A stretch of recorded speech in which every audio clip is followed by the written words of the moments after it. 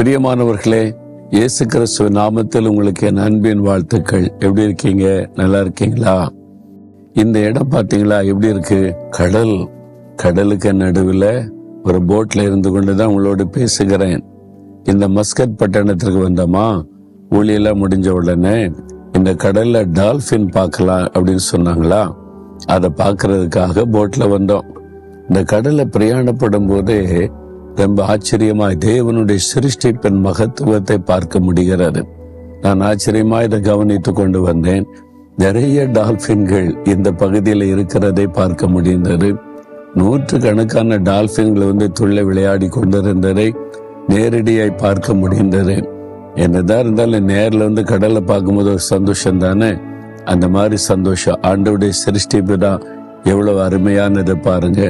அதுவும் இந்த டால்பினுக்கு மனுஷன் மேல ரொம்ப பிரியமா, மனுஷனை தாக்குவதில்லை. மனுஷன் கடல்ல விழுந்து ஒரு ஆபத்துல இருந்தா கூட அது கரையில கொண்டு சேர்த்துருமா. அது மாதிரி நல்ல சுபாவம் உள்ளது இந்த டால்பின் என்கிற அந்த மீன் இனம். சரி, இந்த நாள்ல ஆண்டவர் எனக்கு என்ன வசனம் வச்சிருக்கிறார் அப்படின்னு தானே பாக்குறீங்க. அப்போஸ்தலர் நடபடிகள் 18ஆம் அதிகாரம் 10வது வசனம், நான் உன்னுடனே கூட இருக்கிறேன், உனக்கு தீங்கு செய்யும்படி ஒருவனும் உன்மேல் கைப்படுவது இல்லை. ஆண்டவர் தன்னுடைய ஊழியக்காரனுக்கு கொடுக்கிற ஒரு வாக்கு தத்துவம்.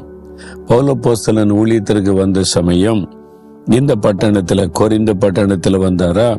அங்குள்ள சூழ்நிலை பார்த்த உடனே உள்ளத்துக்குள்ளே ஒரு பயம் வருகிறாரு.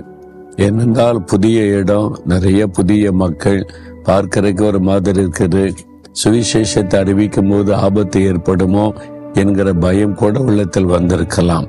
அதனால் ஆண்டவருக்கு தரிசனமாகி சொல்றாரு, பயப்படாத, தைரியமா பேசு, நான் உன் கூட இருக்கிறேன், உனக்கு தீங்கு செய்யும்படி ஒருவரும் உன் மீது கைப்படுவதில்லை அப்படின்னு ஆண்டவர் வாக்கு கொடுத்தார்.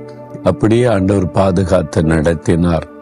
நான் ஊழியத்தின் பாதையில வட இந்தியாவுக்கு போயிருந்த போது இந்த ராஜஸ்தான் மாநிலம் இருக்குல்ல, அங்க ஊழியம் செய்த போது சில மத தீவிரவாதிகள் அவங்க கேள்விப்பட்டு எங்கோ தூரத்திலிருந்து பெரிய பெரிய ஆயுதங்களோட வந்துட்டாங்க எங்களை தாக்குவதற்கு.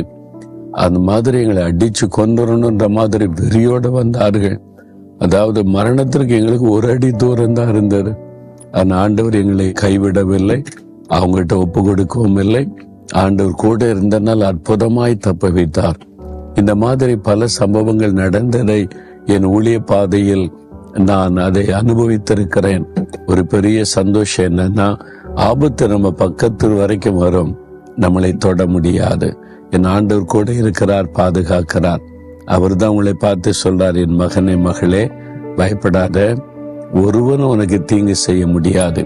நீ வேலை செய்யற இடத்துல உனக்கு தீங்கு செய்ய முயற்சி நடக்குதா, உன் வியாபாரத்தை அழித்து விடலாம், நீ தீங்கு செய்ய அவங்க திட்டம் போடுறாங்களா, உங்களுடைய ஊழியத்தை அழிச்சு உங்களை நிர்மூலம் பண்ணிடணும் நீ பொல்லாத மனிதர்கள் இருதயத்துல யோசிக்கிறாங்களா, ஒன்னும் பயப்படாதங்க, ஆண்டவர் கூட இருக்கிறாரு, ஒருவரும் தீங்கு செய்ய முடியாதபடி அவர் பாதுகாப்பார். விசுவாசிக்கிறீங்களா? விசுவாசத்தோடு சொல்லுங்க, ஆண்டவரே, இந்த வாக்கு தத்தம் எனக்குரியது, எனக்கு தீங்கு செய்ய ஒருவனும் என்மேல் கைப்படுவதில்லை, ஏனென்றால் நீர் என் கூட இருக்கிறேன். என் விசுவாசத்தோடு ஜெபிக்கிற இந்த மகன், இந்த மகளை ஆசீர்வதியும், அற்புதம் செய்து சூழ்நிலைகளை மாற்றி மகிழ பண்ணும்.